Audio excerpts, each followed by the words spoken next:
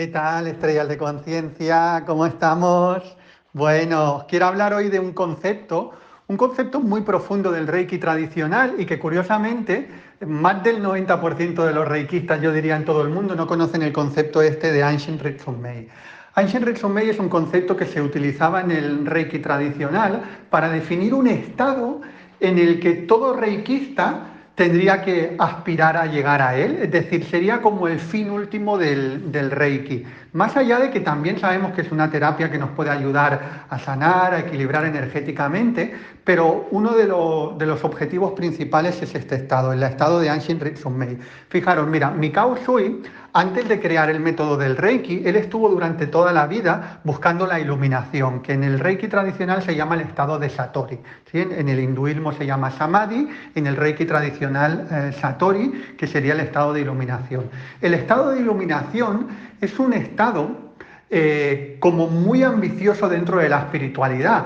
Yo a veces alucino un poco cuando hay personas que a lo mejor están practicando meditación varias veces a la semana, o un día sí y un día no, o incluso una hora de meditación al día, ¿no? Y hablan de llegar al estado de iluminación. Eso lo he escuchado yo en algunos ambientes espirituales, ¿no?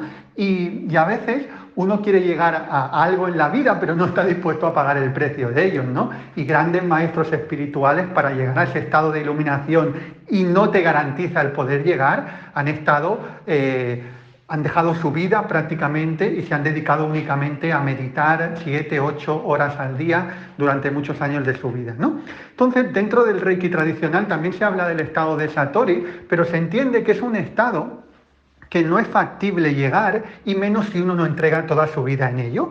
Pero hay otro estado que sí es factible llegar para todo ser humano, aunque no entregue toda su vida a la práctica. Es decir, una persona puede tener una vida normal, con su trabajo, con sus quehaceres, sin tener que estar meditando 3 o 4 horas al día, pero sí puede llegar a través de la práctica habitual al estado de Ancient Ritsumei. ¿Y el estado de Ancient Ritsumei qué es?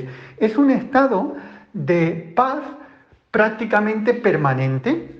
Es decir, es un estado donde, aunque vengan ventoleras en el día a día de la vida de uno puede mantener esa paz.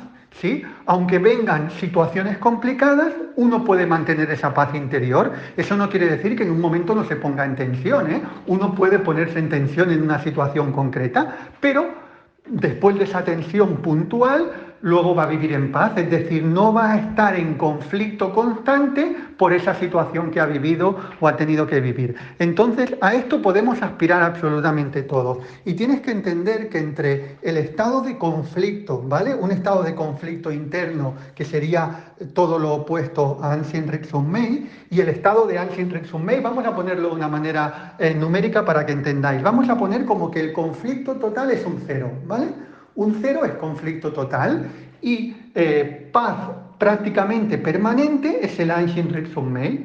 Bueno, pues entre ese 0 de conflicto y ese Ancient Ritsumei hay diferentes números, ¿verdad? Del 0 al 10 hay diferentes niveles. Bueno, pues muchas veces hay personas que a lo mejor empiezan a practicar y están sintiendo paz, y en un momento determinado, en unas semanas de su vida, están muy cerca de ese 8 o de ese 9, es decir, muy cerca del Ancient Ritsumei, pero luego pasan otra serie de cosas que uno puede bajar otra vez al estado 6 o al estado 5 y ya se desesperan, dicen, antes estaba en paz y ahora estoy en conflicto. Bueno, porque están navegando por esa escala desde el 0 que partías, o a lo mejor tú partías del 1 o un conflicto del 2, y estás yendo en ese proceso de ir hacia arriba. Y eso, aunque digo que todo ser humano lo puede tener en su vida, también es cierto que no se suele conseguir de un día para otro llegar a ese estado 9 o 10 cercano al Ancient Ritsumei y quedarte ya ahí sin ningún tipo de movilización, ¿no? O sea, ¿en qué consiste? En que vayamos subiendo la escala, y si a lo mejor partimos de una escala 1 o 2, que es bastante conflicto interno,